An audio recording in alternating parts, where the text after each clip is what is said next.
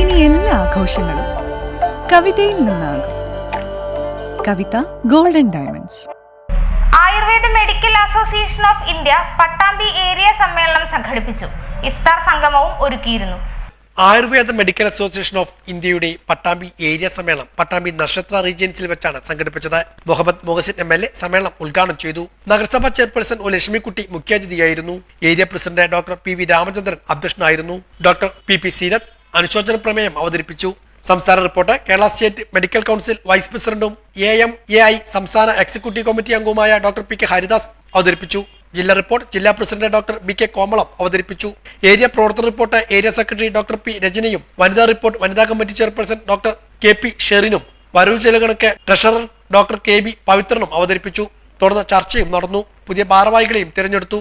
Doctor P രജനിയാണ് പുതിയ president. Doctor KP ഷെറിനാണ് സെക്രട്ടറി. ഡോക്ടർ KB പവിത്രൻ ട്രഷററുമാണ്. തുടർന്ന് ഇഫ്താർ സംഗമവും ഒരുക്കിയിരുന്നു.